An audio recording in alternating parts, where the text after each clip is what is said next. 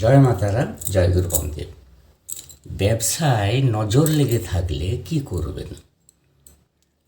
একটা লেবু ও 7টা সবুজ কাঁচা লঙ্কা ও এক টুকরো কয়লা নিয়ে একটা কালো সুতোতে বেঁধে শনিবার দিন ঘরের দরজায় বা ব্যবসার স্থানে টাঙিয়ে রেখে দেবেন। পরের দিন সকালে ওটা আবার ফেলে দিতে হবে। আবার ফের ওই সব কিছু সামগ্রী এনে আবার ওটা তৈরি করতে হবে। সন্ধ্যার সময় টাঙাতে হবে, সকালে আবার ফেলে দিতে হবে। এইভাবে পরের শনিবার পর্যন্ত 8 দিন লাগাতার করলে আপনার ঘরে বা ব্যবসাতে নজর লাগা ছেড়ে যাবে। ব্যবসা আপনার ধীরে ধীরে ভালো চলতে থাকবে, কারো নজর লাগবে না।